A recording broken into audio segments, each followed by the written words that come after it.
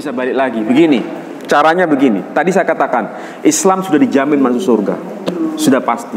Jadi tidak perlu lagi untuk meragukan keislaman.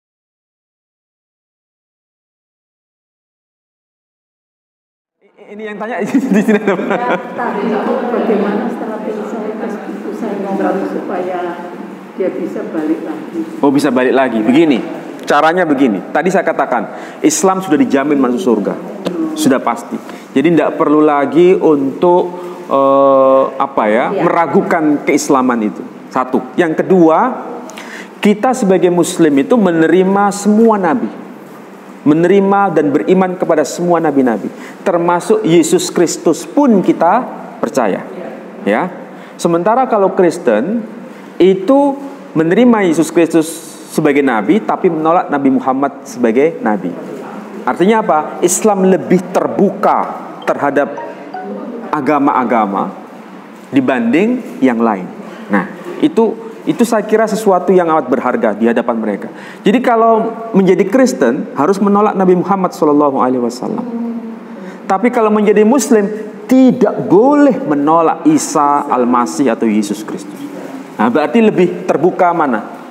Lebih terbuka Islam. Menjadi Yahudi itu harus menolak Nabi Muhammad sebagai nabi, menolak Yesus Kristus sebagai seorang nabi. Tapi menjadi Muslim, menerima Musa sebagai nabi, menerima Isa sebagai nabi, menerima Muhammad SAW sebagai nabi. Berarti Islam lebih terbuka atau lebih tertutup? Itu. Yang ketiga,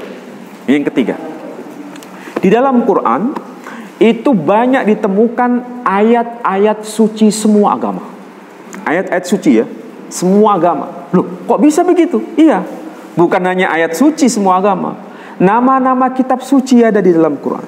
Nama nabi-nabi semua itu ada di dalam Quran. Ya. Sementara di kitab lain hanya eksklusif kitab agama itu saja. Sementara Quran ayat-ayat suci itu ada semua. Nanti suatu saat kita akan bedah Quran ya.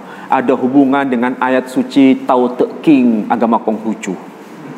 Ada hubungan dengan kitab agama Buddha. Heran ya, Qurannya ada ayat suci agama Buddha kok bisa gitu ya. Ya memang ada. Memang ada. Itu berarti apa? Sebagai bukti bahwa Quran untuk semua umat. Nah, belum lagi bicara itu. Ya. Semua ada, cuma namanya lain ya Pak ya.